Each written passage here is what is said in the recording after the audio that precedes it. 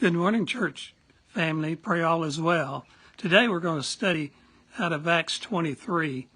And this is a time that Paul is brought before the Sanhedrin Council to speak to them.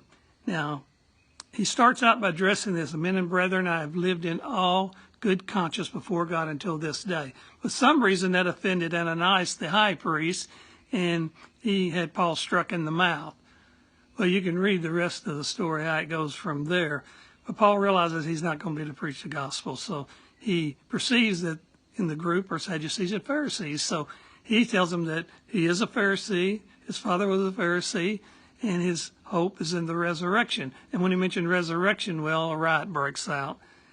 And so we know that between the Sadducees and Pharisees, they were bitter enemies, except they were united to oppose Jesus, as many cases are today. Now, this had to be a dark time for Paul and a bad situation, and he had been in many bad situations and had suffered much over the years in his journeys.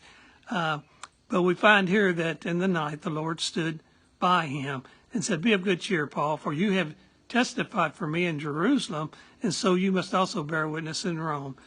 And this is a phrase, "be of good cheer," is used 5 times in the New Testament. And we see that from this, that the Lord didn't take him out of the circumstances we often would like to be removed, but he was with him in this situation. No, not because of everything is fine, but God is still on the throne. The Lord gave him comfort, hope, and protection, for he was to witness in Rome.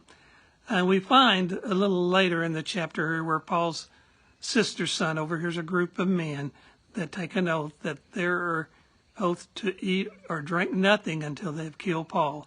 So the commander finds out about that, and he rescues, he takes Paul and transports him to Caesarea overnight using 470 soldiers to go before Felix the governor. Hope you enjoy today with the many adventures of Paul.